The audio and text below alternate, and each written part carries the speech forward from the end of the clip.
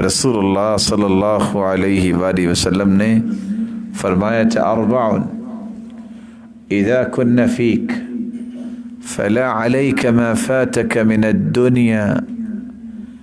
4 चीज़ें जिसको मिल जाएं, दुनिया सारी लुट जाए, उसको कभी परेशान नहीं होना चाहिए। ये 4 चीज़ें उसे दुनिया का मालिक भी बनाएगी और जन्नत का मालिक भी बनाएगी। कौन सी चीज़? हिफ्ज़ुल हदीस,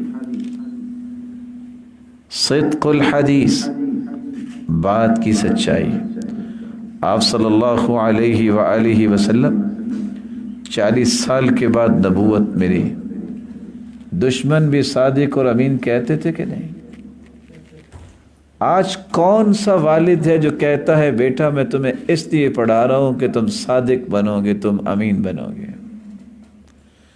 आज कौन है जो आइडियलाइज करते वक्त ये कहता है बेटा तुम्हें सादिक और अमीन बनना है पढ़ने के बाद? सबका यही मतमा नजर होता है, बेटा पढ़ोगे तो नौकरी मिलेगी ना, और बेटा पढ़ोगे तो कोई अच्छा घर मिलेगा ना, बेटा पढ़ोगे तो फिर ये होगा ना। हदफ जितने भी छोटे होते हैं उससे इंसानियत ज़ाया होती है। बच्चे ने जब ये सुना पढ़ोगे तो नौकरी मिलेगी, पढ़ता है, नौकरी मिल गई, कहते मेरा हदफ पूरा हो गया। फिर क्या वो करता है? वो आप मुझसे ज़्यादा जानते हैं क्या करता है। बेटा पढ़ोगे तो घर मिलेगा, घर मिल गया, हदफ पूरा हो गया। अब क्या करे वो? कुछ नहीं करेगा। अगर हदफ ये हो कि इंसानियत की बुलंदी के लिए तुमने काम करना है, उन्हें अल्लाह से भी जोड़ना है, और जितने नॉन बिलीवर्स हैं उनकी हर चैलेंज का जवाब भी देना है, उन्हें कुछ करके दिखाना है कि मुसलमानों जैसी न सोच किसी की बुलंद है, न उन जैसे काम किसी के बुलंद है।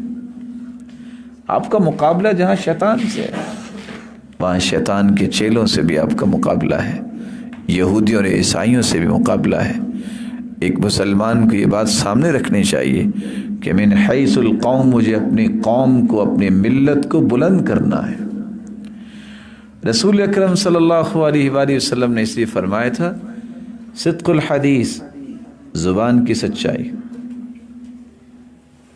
हुस्न खलीक़ा, अच्छा अखलाक, हिफ्ज़ुल अमाना, अमानत की हिफाजत, वइफ़्फ़तु मत्अम, हलाल लुक़मा। ये 4 चीज़ें जिसको मिल जाएं, सारी दुनिया भी इंसान से चली जाए, उसको परेशान नहीं होना चाहिए।